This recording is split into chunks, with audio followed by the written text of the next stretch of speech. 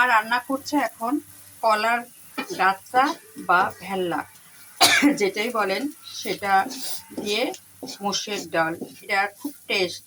এটা মায়ের হাতে ছোটোকালে খেয়েছি, আবার মার হাতে এখন খাচ্ছি। কারণ এই কলার গাত্রা বা ভেল্লা এটা পেয়েছি, কেউ একজন আমাকে গিফট করেছে।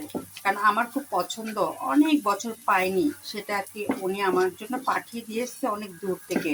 তো অনেক গুরুত্ব দিয়েই আমি এটা রান্না করতে চেয়েছি। এটা মাংস দিয়েও রান্না করা যায়, কালার ডাল দিয়েও রান্না করা যায়, মসুর ডাল দিয়েও রান্না করা যায়, আবার চিংড়ি মাছ দিয়েও রান্না করা যায়। আপনারা যে যেটা যেভাবে খান।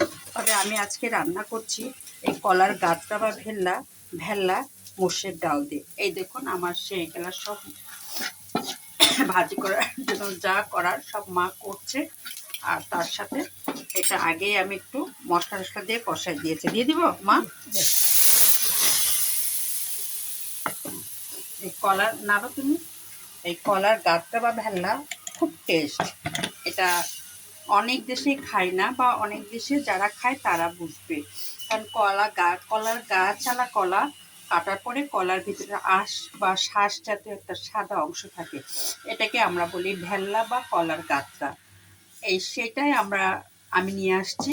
আমি নিয়ে আসি না, আমাকে কেউ একজন গিফট করেছে, সেটাই আমি আজকে রান্না করছি সুন্দর করে আমার মার হাতে। কারণ আমার মাই, তুমি নাড়ো, আমার মাই হলো এই রান্নাটা খুব ভালো পারে, এবং ছোটোকালে আমি তার হাতেই খেয়েছি, আর আজকে খাবো। দেখুন এটা খুব সুস্বাদু হবে। এটাতে চিংড়ি মাছ দিলেও খুব সুস্বাদু হবে। তবে মা চিংড়ি মাছ খায় না বিধায় আমি চিংড়ি মাছ দেই নাই। আবার গরু মাংস দিয়ে রান্না করা যায়, মাসকলার ডাল দিয়েও রান্না করা যায়, যে যেভাবে খায়। কিন্তু মা খেতে চেয়েছে মসুরের ডাল দিয়ে, আর মন মতোই। আলুর ডাল দিয়েও আনবে? ও আচ্ছা, আলুর ডাল দিয়েও রান্না করে আমার মা বলতেছে। যেহেতু আমি এটা রান্না মার হাতে খেয়েছি, সেটাই আজকে আমার রান্না চলতেছে। সে কলার গাত্রা বা ভেল্লা দিয়ে মসুরের ডাল খুব সুস্বাদু হবে। এক নাম্বার হলো নতুন একটা খাবার, দ্বিতীয়ত মায়ের হাতে, অতএব এটার তো তুলনায় হয় না। এই দেখুন খুব সুন্দর কালার আসছে।